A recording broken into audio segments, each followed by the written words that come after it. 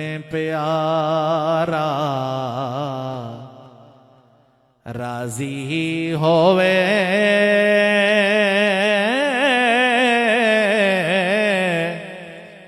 ते तू मर्जी वेख सजन दी। जे तू मर्जी अपनी करे से ते गल कदे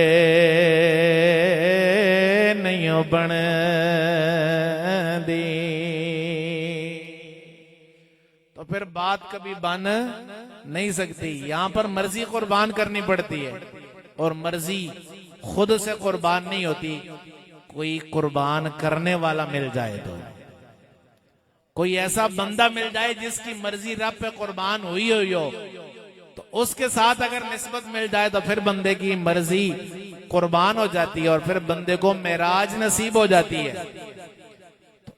हम अल्लाह से दुआ करते हैं, अल्लाह तबारक